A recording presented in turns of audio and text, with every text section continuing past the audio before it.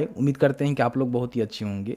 देखिए, आप में से काफ़ी सारे लोग ऐसे हैं जो कि ज़मीन की दाखिल खारिज करने के लिए ऑनलाइन आवेदन करना चाहते हैं। तो अभी जो है प्रक्रिया को चेंज कर दिया गया है, जिसके माध्यम से नई प्रक्रिया के माध्यम से आपको जो है दाखिल खारिज के लिए ऑनलाइन आवेदन करना होगा। सो आज की इस वीडियो में आपको हम बताने जा रहे हैं कि अगर आपने भी ज़मीन का रजिस्ट्री करवाया हुआ है, आप खुद का अपने दाखिल खर्च के लिए आवेदन करना चाहते हैं, या फिर यूँ कह लें कि आप एक जो है साइबर कैफ़े वाले हैं, किसी व्यक्ति का जो है दाखिल खर्च के लिए आवेदन करना चाहते हैं, तो किस तरह से प्रॉपर ढंग से आप दाखिल खर्च के लिए आवेदन करेंगे, आवेदन करने के बाद जो है अप्रूव किस तरह से होता है, क्या उसका प्रोसीजर होता है, सभी जानकारी को हमने इस वीडियो में कवर किया हुआ है। तो प्लीज़ वीडियो शुरू से अंत तक लेकर जरूर देखेंगे, और वीडियो थोड़ा सा भी अच्छा लगे तो प्लीज़ वीडियो को लाइक करेंगे, क्योंकि आपका एक लाइक मुझे बहुत ज़्यादा मोटिवेट करता है और ऐसे ऐसे वीडियोज बनाने के लिए बहुत ज़्यादा एनर्जी देता है। तो चलिए आज का वीडियो शुरू करते हैं। बिहार में दाखिल खारिज के लिए ऑनलाइन आवेदन करने के लिए सबसे पहले biharbhumi.bihar.gov.in के ऑफिशियल पोर्टल पे आना होगा। ऑनलाइन दाखिल खारिज के जो आवेदन का बटन है ना, इस पर आपको क्लिक करना होगा। अगर आपने पहले से यहाँ पे अपना जो है रजिस्ट्रेशन किया हुआ है तो मोबाइल नंबर को डालकर OTP के थ्रू आप सीधे लॉगिन करके दाखिल खारिज के लिए आवेदन कर सकते हैं। हालांकि कई सारे लोग ऐसे हैं जो कि अभी तक अपना रजिस्ट्रेशन नहीं किए हुए हैं, तो उनको जो है सबसे पहले रजिस्ट्रेशन के बटन पर क्लिक करके अपना जो भी पर्सनल डिटेल्स है, जैसे कि नाम हो गया, डेट ऑफ बर्थ हो गया, जेंडर यहाँ पे बताएंगे, अपना जो है कैटेगरी बताएंगे, Aadhaar number, mobile number, alternative mobile number, और अल्टरनेटिव मोबाइल नंबर आप किनका दे रहे हैं वो बताएंगे, और फिर यहाँ पे अपना मेल आईडी डालेंगे। ठीक है, उसके बाद जो भी आपका प्रॉपर एड्रेस होता है, जैसे कि मान लीजिए आपका फुल यहाँ पे एड्रेस लिखेंगे पिन कोड के साथ, फिर यहाँ पे कैप्चा को फिल करेंगे, रजिस्टर के बटन पर क्लिक करेंगे। अब आपके नंबर पे जो है OTP सेंड किया जाएगा, OTP को डालेंगे, कंफर्म के बटन पर क्लिक करेंगे, आपका रजिस्ट्रेशन यहाँ पे सक्सेसफुल कंप्लीट हो जाएगा। गो फॉर लॉगिन के बटन पर क्लिक करेंगे। अब यहाँ पे आपने जो भी मोबाइल नंबर को डालकर रजिस्ट्रेशन किया हुआ है उस मोबाइल नंबर का सिलेक्शन करेंगे। ध्यान रखेंगे यहाँ पे जो है सिटीजन ही आपको सिलेक्ट रहने देना है, ऑपरेटर सिलेक्ट नहीं करना है। फिर यहाँ पे आपको जो है कैप्चा को फिल करना है, साइन इन के बटन पर क्लिक करना है। अब आपके इस नंबर पे जो है OTP दोबारा सेंड किया गया है, OTP को यहाँ पे डालेंगे, कंफर्म के बटन पर क्लिक करेंगे। इस तरह से बिहार भूमि के ऑफिशियल पोर्टल पे आप लॉगिन हो जाएंगे। तो यहाँ पे आपका नाम और लॉन्ग आउट के भी ऑप्शन मिलेगा, इसका मतलब ये है कि आप यहाँ पे लॉगिन कर चुके हैं। अब यहाँ पे दाखिल खर्च के लिए आवेदन करने के लिए ऑनलाइन दाखिल खर्च आवेदन करे के बटन पर क्लिक करेंगे। यहाँ पे देखेंगे आपने रजिस्ट्रेशन करते समय जो भी जानकारी यहाँ पे फिल आउट किया था वो जानकारी आपको यहाँ पे देखने को मिलेगा। नीचे आएंगे तो जो भी आपने ज़मीन परचेज किया हुआ है उस ज़मीन का जो है जिला कहाँ है उस जिला का सिलेक्शन करेंगे, और उसके बाद उसका जो है अंचल का भी सिलेक्शन आप यहाँ पे कर लेंगे। ध्यान रखेंगे जहाँ भी आपका ज़मीन है, जो ज़मीन का आपने परचेज किया हुआ है उसका दाखिल खर्च के लिए आवेदन कर रहे हैं, उसका ही जिला और अंचल यहाँ पे सिलेक्ट करना है। ठीक है, यहाँ पे नया दाखिल खर्च आवेदन करे के बटन पर क्लिक करना है।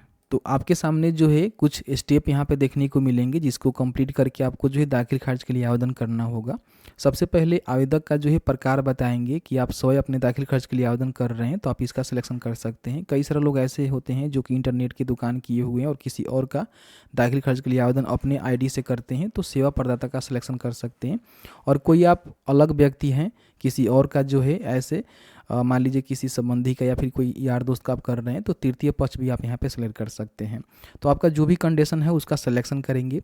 अब यहाँ पे आपको जो है दाखिल खर्च का जो आवेदक का नाम है वो आपको लिखना होगा। जैसे कि मान लीजिए एप्लीकेंट का नेम यानी आवेदक का नेम उसका होता है जो ज़मीन रजिस्ट्री करवाया हुआ है, यानी कि ज़मीन अपना खरीदा हुआ है, तो उसकी ही जानकारी आपको भरना है कि उसका जो है पूरा नाम क्या है, यहाँ पे टाइप करना है।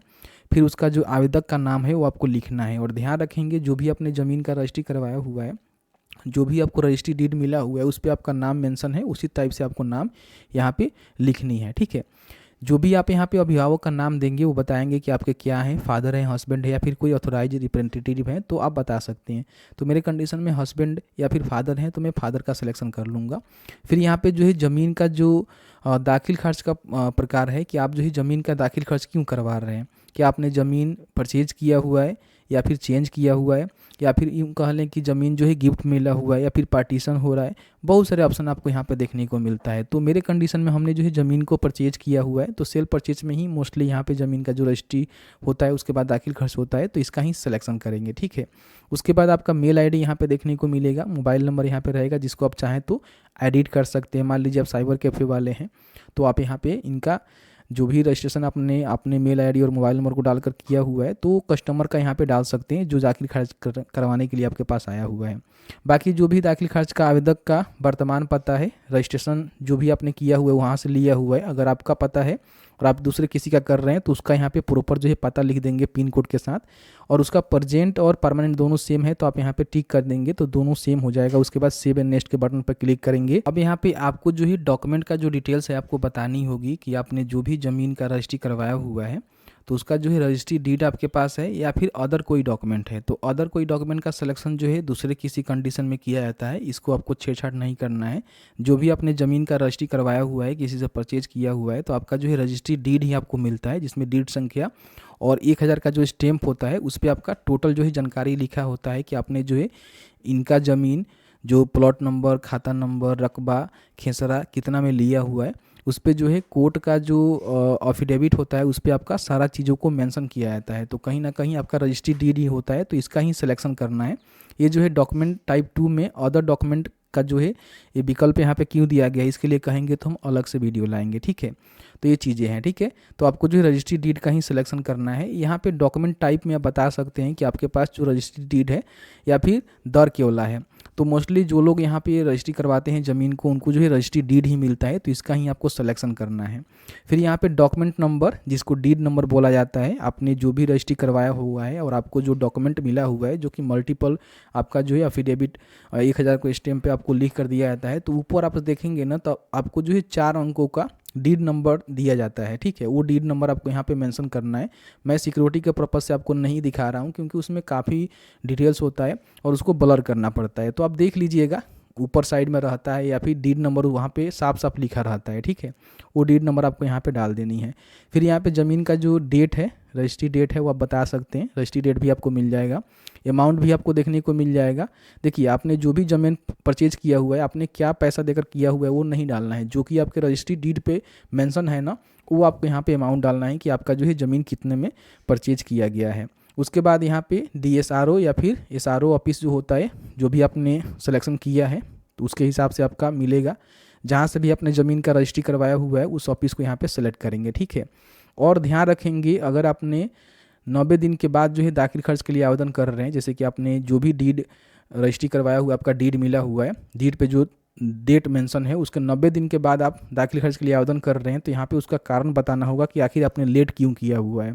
लेकिन आप इसके अंदर कर रहे हैं तो आपको ये जानकारी नहीं भरना है। सिंपल सा आपको करना क्या है, यहाँ पे जानकारी को भरने के बाद सेव एंड नेक्स्ट के बटन पे क्लिक करना है। अब यहाँ पे आपको जो है बायर का डिटेल्स डालना है, यानी कि जो भी ज़मीन खरीदा हुआ है ना उसकी जानकारी डालना है। सबसे पहले तो यहाँ पे टाइप में आपको बताना है कि आप ज़मीन खरीदे हुए हैं तो क्या आप एक रैयत हैं या फिर आप एक सरकारी गवर्नमेंट कोई विभाग है या फिर कोई इंस्टीट्यूट है, तो आप बता सकते हैं। तो मोस्टली मान लीजिए आप ज़मीन खरीदे हुए हैं तो रैयत ही आपको सेलेक्ट करना है। जो कोई इंस्टीट्यूट होता है या फिर कोई गवर्नमेंट के लोग किसी का ज़मीन खरीदते हैं तो ये सेलेक्ट करके अपना जो है दाखिल खर्च के लिए आवेदन करते हैं, ठीक है। अब यहाँ पे नीचे आएंगे तो जो भी ज़मीन खरीदा हुआ है यानी कि बायर का डिटेल्स आप डाल रहे हैं तो उनका जो है नाम बताएंगे, गार्जियन का नेम लिखेंगे जो कि उनके रजिस्ट्री डीड पे होगा। फिर यहाँ पे रिलेशनशिप क्या है, जैसे कि जो भी आप गार्जियन का नाम दे रहे हैं उनके साथ आपका संबंध क्या है बता देंगे यहाँ पे।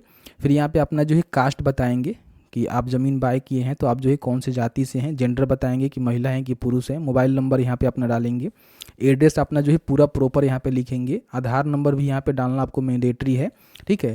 तो इस तरह से जानकारी को डालेंगे। कई बार क्या होता है कि ज़मीन का जो रजिस्ट्री होता है और जो खरीदने वाले होते हैं 2 लोग 3 लोग 4 लोग मिलकर जो है ज़मीन का रजिस्ट्री करवाते हैं, लिखवाते हैं, खरीदते हैं, तो उनका जो है जानकारी यहाँ पे ऐड न्यू रो के बटन पर क्लिक करके देख सकते हैं कि serial number 1, serial number 2, serial number 3 हो जाएगा। तो उसमें जानकारी अब भरते जाएंगे, ठीक है। सभी जानकारी को यहाँ पे फिल आउट कर सकते हैं जो कि आपके रजिस्ट्री डीड पे सभी के जानकारी भी देखने को मिल जाता है, ठीक है। अगर आप सिंगल ज़मीन का रजिस्ट्री करवाए हुए हैं तो एक ही आपको भरना है। अगर कोई 2 लोग 3 लोग मिलकर ज़मीन लिखवाए हुए हैं तो ऐड करके उनकी जानकारी भरेंगे, सेव एंड नेक्स्ट के बटन पर क्लिक करेंगे। अब यहाँ पे सेलर का जो है डिटेल्स आपको डालना है कि जो भी ज़मीन आपसे बेचा हुआ है उसका नाम क्या है, उसके गार्जियन का नेम क्या है, गार्जियन का जो नाम दिया हुआ है उसके साथ इनका संबंध क्या है वो बता सकते हैं। फिर यहाँ पे उनका कास्ट बताएंगे, उनका जेंडर बताएंगे कि वो महिला हैं या फिर पुरुष हैं, उनका मोबाइल नंबर यहाँ पे ज़रूर डालेंगे और उनका जो है प्रॉपर यहाँ पे एड्रेस डालेंगे, ठीक है। तो इस तरह से जानकारी को फिल आउट करेंगे। मान लीजिए 2 लोग 3 लोग भी ज़मीन मिलकर सेल करते हैं, बेचते हैं, तो उनकी भी जानकारी आप जो सेलर होते हैं ना यहाँ पे ऐड न्यू रो के बटन पर क्लिक करके ऐड कर सकते हैं। लेकिन आपके कंडीशन में कोई एक ही ज़मीन आपके नाम से बेचा हुआ है, ठीक है, आपको बेचा हुआ है तो उनकी एक ही यहाँ पे नाम को ऐड करेंगे और उसके बाद सेव एंड नेक्स्ट के बटन पर क्लिक करेंगे, ठीक। अब यहाँ पे जो है प्लॉट की जानकारी आपको डालना होगा। जो भी आपने दाखिल खर्च के लिए आवेदन करते समय जो भी आपने डिस्ट्रिक्ट और सर्कल का सिलेक्शन किया हुआ है वो आपको यहाँ पे देखने को मिलेगा, जिसमें आप चेंजिंग नहीं कर सकते हैं। यहाँ पे केवल जो है आपको हल्का सेलेक्ट करना है, तो आपको वही हल्का सेलेक्ट करना है जिसमें आपका ज़मीन है, जहाँ से आपने ज़मीन को परचेज किया हुआ है, और फिर इसका मौजा भी आपको बताना है। तो हल्का सेलेक्ट करेंगे तो उसमें मौजा भी आपको देखने को मिल जाएगा, और आपके रजिस्ट्री डीड पर भी लिखा होगा कि आपका ज़मीन कौन से मौजा के अंतर्गत आते हैं, जो ज़मीन को आपने परचेज किया हुआ है। अगर इसमें आप थोड़ा सा भी गलती करेंगे ना तो आगे चल के आपका जो डेटा है ना फैच नहीं करेगा। तो ध्यान रखेंगे जो भी जिला और अंचल और अपने मौजा से ज़मीन खरीदा हुआ है उसकी ही जानकारी आपको डालना है, क्योंकि आप जो है प्लॉट का जानकारी डाल रहे हैं, अपना खुद का जानकारी नहीं डाल रहे हैं। ठीक है, कई बार क्या होता है कि मान लीजिए आप एक ज़िले से हैं, दूसरे ज़िले में ज़मीन का रजिस्ट्री करवाए हुए हैं, तो उस कंडीशन में ये काम आता है। अब यहाँ पे प्लॉट जो भी आपका है, जो कि आपने रजिस्ट्री किया हुआ है, खरीदा हुआ है, उसका खाता नंबर जो कि आपके डीड पर देखने को मिल जाएगा। प्लॉट नंबर है तो डाल सकते हैं, नहीं तो खेसरा नंबर, दोनों का मतलब सेम होता है। उसके बाद जो भी आप ज़मीन खरीदे हुए हैं उसका रकबा कितना है, अगर एकड़ में है तो लिखेंगे कितना एकड़, नहीं है तो जीरो करेंगे, डेसिमिल में है तो बताएंगे कितना डेसिमिल है। ठीक है, उसके बाद उसका जो भी चौहद्दी होता है वो चौहद्दी आपको यहाँ से लेकर यहाँ तक लिखना होगा, जैसे कि आपका उत्तर में कौन है, साउथ में कौन है, ईस्ट में कौन है, वेस्ट में कौन है, जो कि आपके रजिस्ट्री डीड के कुछ बाद वाले पेज पे जाएंगे तो आपको जो है डायग्राम बना कर दिया गया होगा, वही चौहद्दी वाले जो लोग हैं ना उनका नाम यहाँ पे लिखना है। ठीक है, अब यहाँ पे देखेंगे तो जो नया अपडेट आया हुआ है ना, इसमें आपसे जो है कंप्यूटराइज्ड यहाँ पे जवाबबंदी नंबर मांगा जा रहा है। अब ये जवाबबंदी नंबर किनका मांगा जा रहा है, जिनसे आपने ज़मीन लिया हुआ है उनकी ज़मीन की जानकारी यहाँ पे मांगी जा रही है। तो यहाँ पे खुद से जो है आप जवाबबंदी नंबर को नहीं डाल सकते हैं। इसके लिए सबसे पहले आपको यहाँ से ऐड करना होगा जानकारी की, ज़मीन जो भी आपने रजिस्ट्री करवाया हुआ है उसका प्लॉट को ऐड करना होगा, तब जाकर जवाबबंदी नंबर यहाँ पे आपको शो करेगा। ठीक है, तो इसके लिए करना क्या है, आपको जो है ऐड वाले बटन पर क्लिक करना है। अब यहाँ पे आपके सामने जो है कुछ इस तरह का ऑप्शन आएगा, जहाँ पे कहा जा रहा है कि क्या विक्रेता स्वयं जमीन बंदीदार है, यानी कि जो भी ज़मीन आपको बेचा हुआ है क्या उसके नाम से ज़मीन है और उसका जवाबबंदी जो है उसी के नाम से है। अगर है तो कोई भी प्रॉब्लम नहीं है, आप यहाँ पे यस करेंगे और उसका जो भी भाग पृष्ठ संख्या होता है या फिर कंप्यूटराइज जवाबबंदी संख्या होता है उसको डालकर आप यहाँ पे जानकारी को ऐड कर सकते हैं। देखिए, हम आपको आसान भाषा में समझाते हैं। जैसे कि आप सभी जानते हैं कि अभी जो है ज़मीन का नया रजिस्ट्रीकरण लगा हुआ है, जिसमें अगर आपके नाम से जवाबबंदी है तो आप अपने ज़मीन को बेच पाएंगे। ठीक है, तो मान लीजिए जो भी ज़मीन आप खरीदे हुए हैं और उसी के नाम से जवाबबंदी है और आपको ज़मीन बेचा हुआ है, तो सिंपल से यहाँ पे उसको यस करना है। ठीक है, और उसका जो है ज़मीन का जो भाग पृष्ठ संख्या होता है या फिर कंप्यूटराइज जवाबबंदी नंबर होता है, कोई एक का सिलेक्शन करके आप डाल सकते हैं। और डालने के बाद यहाँ पे सर्च के बटन पर क्लिक करेंगे, तो जैसे कि मान लीजिए मेरे पास जो है कंप्यूटराइज जवाबबंदी नंबर है, तो हम इसका सिलेक्शन करेंगे, यहाँ पे डालेंगे, सर्च के बटन पर क्लिक करें, तो आप यहाँ पे देखेंगे उनका ज़मीन का जो है जानकारी यहाँ पे निकल के आ जाएगा कि रैयत का नाम क्या है, जो आपसे ज़मीन बेचा हुआ है उसका नाम देखने को मिल जाएगा, खाता यहाँ पे वर्तमान भाग और पृष्ठ संख्या भी देखने को मिल जाएगा, और कंप्यूटराइज जवाबबंदी नंबर भी देखने को मिल जाएगा, जिस पे आप क्लिक करके पूरी जो है ज़मीन की इनकी जानकारी को चेकआउट कर सकते हैं। ध्यान रखेंगे जो भी आपने ज़मीन का रजिस्ट्री करवाया हुआ है वही ज़मीन यहाँ पे होनी चाहिए। थोड़ा सा इधर उधर करेंगे तो फिर दाखिल खर्च आपका अप्रूव नहीं होगा, रिजेक्ट हो जाएगा। ठीक है, तो आपको लगता है कि यही मेरा ज़मीन है जो हमने रजिस्ट्री करवाया हुआ है और इसका ही दाखिल खर्च हम करना चाहते हैं, इसमें से जो भी हमने रकबा लिया हुआ है वो हमारे नाम पे होगा, तो आपको यहाँ पे क्या करना है कि हाँ मुझे जो है इसी ज़मीन में से जो है दाखिल खर्च करवानी है, क्योंकि हमने ज़मीन का रजिस्ट्री करवाया हुआ है। तो आपको यहाँ पे यस करना है और सेव नेक्स्ट के बटन पर क्लिक करना है। लेकिन उससे पहले कई सारे लोग ऐसे हैं जो कि आपको ज़मीन बेचे हैं या फिर मान लीजिए आपने ज़मीन खरीदा हुआ है, तो विक्रेता के नाम से अगर जवाबबंदी नहीं है तो उस कंडीशन में आपको यहाँ पे नो करना है। अब यहाँ पे नो करेंगे तो पूछेगा कि आपने जो भी ज़मीन का रजिस्ट्री करवाया हुआ है, खरीदा हुआ है, उस ज़मीन में एक से अधिक हिस्सेदार हैं। तो अगर आप यस करेंगे तो यहाँ पे पूछेगा कि क्या भूमि संयुक्त खाते की है, तो अगर संयुक्त खाते की है तो यस करेंगे, नहीं है तो नो करेंगे। फिर यहाँ पे पूछ रहा है क्या आपके आवेदन के साथ विक्रय पत्र सभी हिस्सेदारों का सहमति पत्र संकलन किया हुआ है। जैसे कि आपने रजिस्ट्री करवाया हुआ है तो जो भी उसके पक्ष वाले हैं जो कि हिस्सेदार हैं उनसे आपने सहमति पत्र का संकलन किया हुआ है। यस करेंगे तभी जो आप आगे जाएंगे, नहीं तो नो करेंगे तो आपका दाखिल खर्च यहाँ पे प्रोसेस आगे नहीं जाएगा। ठीक है, इन बातों को ध्यान रखेंगे। तो यहाँ पे आपको यस ही करना है क्योंकि सहमति पत्र आपको देना मैंडेटरी है। अब यहाँ पे मान लीजिए अगर नहीं है, एक से हिस्सेदार अधिक नहीं है, तो सिंपल सा नो करेंगे।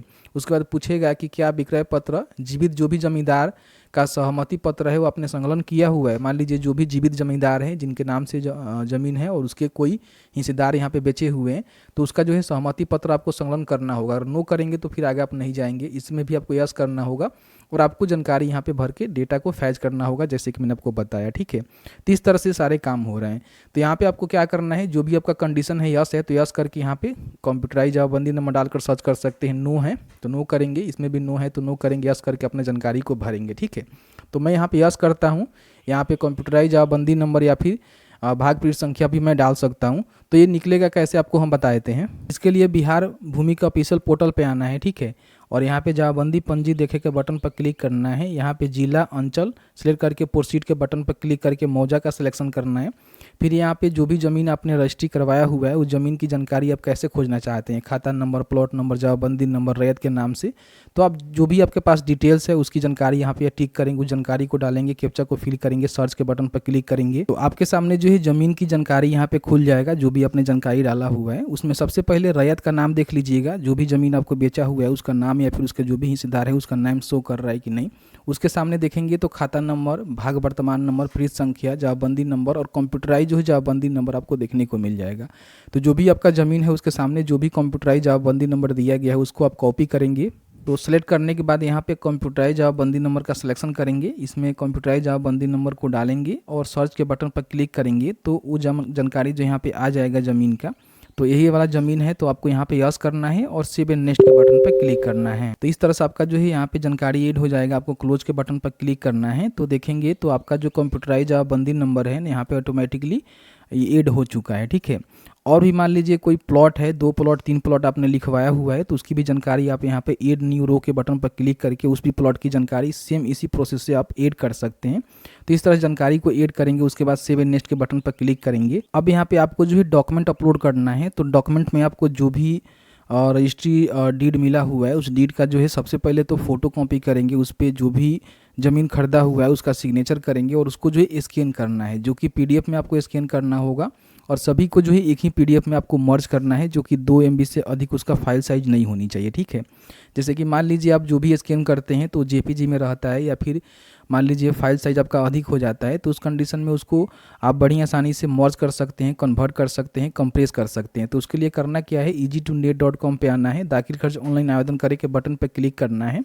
यहाँ पे देखेंगे तो इससे जुड़ी जो है सभी जानकारी हमने बताया हुआ है कि दाखिल खर्च किस तरह से आप कर सकते हैं। नीचे आएंगे तो यहाँ पे दाखिल खर्च करने का जो है लिंक भी आपको मिलेगा, जिसके माध्यम से आप सीधे यहीं से दाखिल खर्च के लिए आवेदन कर सकते हैं। और यहाँ पे देख सकते हैं कि PDF जो है कंप्रेसर का बटन मिलेगा जिस पे आप क्लिक करेंगे। ठीक है, क्लिक करने के बाद ऑनलाइन टू pdf.com पे आप आएंगे तो यहाँ पे अपना जो भी फाइल है जिसको आपने JPG में या फिर PDF में कुछ भी आपने स्कैन किया हुआ है और सभी को जो है एक में मर्ज करना चाहते हैं, कंप्रेस करना चाहते हैं, तो इस तरह से सिलेक्शन करेंगे। ठीक है, देखिए इस तरह से मैं सेलेक्ट कर रहा हूँ क्योंकि कई सारे जो है मल्टीपल आपके पास स्कैन आपने किया होगा तो आपके पास डॉक्यूमेंट होगा। ठीक है, तो सभी को इस तरह से ओपन करना है। तो इस तरह से आपका लिस्टेड हो जाएगा, जो भी डॉक्यूमेंट रहेगा लिस्ट हो जाएगा। इसको क्या करना है कि यहाँ पे PDF ही सिलेक्ट रहने देना है, कन्वर्ट के बटन पर क्लिक करना है। इस तरह से जो है कन्वर्ट करके आपको दे देगा और देख सकते हैं कि बहुत ही छोटा फाइल में यहाँ पे कर दिया हुआ है। तो ये अपना कंप्यूटर में इसको सेव कर लेंगे। ठीक है, सेव करने के बाद यहाँ पे आएंगे तो आपको यहाँ पे फाइल अपलोड करने का ऑप्शन मिलेगा जिस पे आपको क्लिक करना है। ध्यान रखेंगे जो भी इसका फाइल का रीनेम है ना उसको आपको कर लेना है, जैसे कि राइट क्लिक करके रीनेम के बटन पर क्लिक करके यहाँ पे लिखेंगे डीड। ठीक है, या फिर कुछ भी आप लिख सकते हैं और इसको इस तरह से सेव कर लेंगे तो ये रीनेम हो जाएगा। इसको सिलेक्ट करेंगे तो इस तरह से आपका जो है सेलेक्ट यहाँ पे हो जाएगा। देखिए यहाँ पे सिलेक्ट हो गया है। अब यहाँ पे आपको जो है कैप्चा को फिल करना है और अपलोड डॉक्यूमेंट के बटन पर क्लिक करना है। तो इस तरह से आपका जो डॉक्यूमेंट है ना यहाँ पे अपलोड हो जाएगा। तो यहाँ पे लिखेगा कि डॉक्यूमेंट आपका अपलोड हो गया है। यहाँ पे व्यू करके एक बार देख लेना कि आपने सही डॉक्यूमेंट अपलोड किया हुआ है कि नहीं, और साथ ही साथ सभी पे जो है सिग्नेचर है कि नहीं है। ठीक है, क्योंकि देखिए 100 अभी प्रमाणित भी होनी चाहिए, इन्होंने बताया हुआ है। तो यहाँ पे अब आपने अपलोड कर दिया हुआ है। अब यहाँ पे कैप्चा को फिल करेंगे और कैप्चा को फिल करने के बाद वेरीफाई मोबाइल नंबर के बटन पर क्लिक करेंगे। अब यहाँ पे पूरा जो है जानकारी आपको देखने को मिलेगा जिसको आप चेकआउट करेंगे और यहाँ पे OTP से जो है आपको वेरीफाई करना होगा। तो गेट OTP के बटन पर क्लिक करेंगे तो आपका जो भी बायर का नंबर है उस पर एक ओटीपी गया हुआ है, ओटीपी को डालेंगे, कंफर्म के बटन पर क्लिक करेंगे। इस तरह से आपका जो ओटीपी है यहाँ पे वेरीफाई हो जाएगा। अब यहाँ पे प्रीव्यू एंड सबमिट के बटन पर क्लिक करेंगे तो आपने जो भी जानकारी फिल आउट किया हुआ है सभी का जो है प्रीव्यू आपको देखने को मिलेगा, जिसको आप एक बार चेकआउट कर लेना।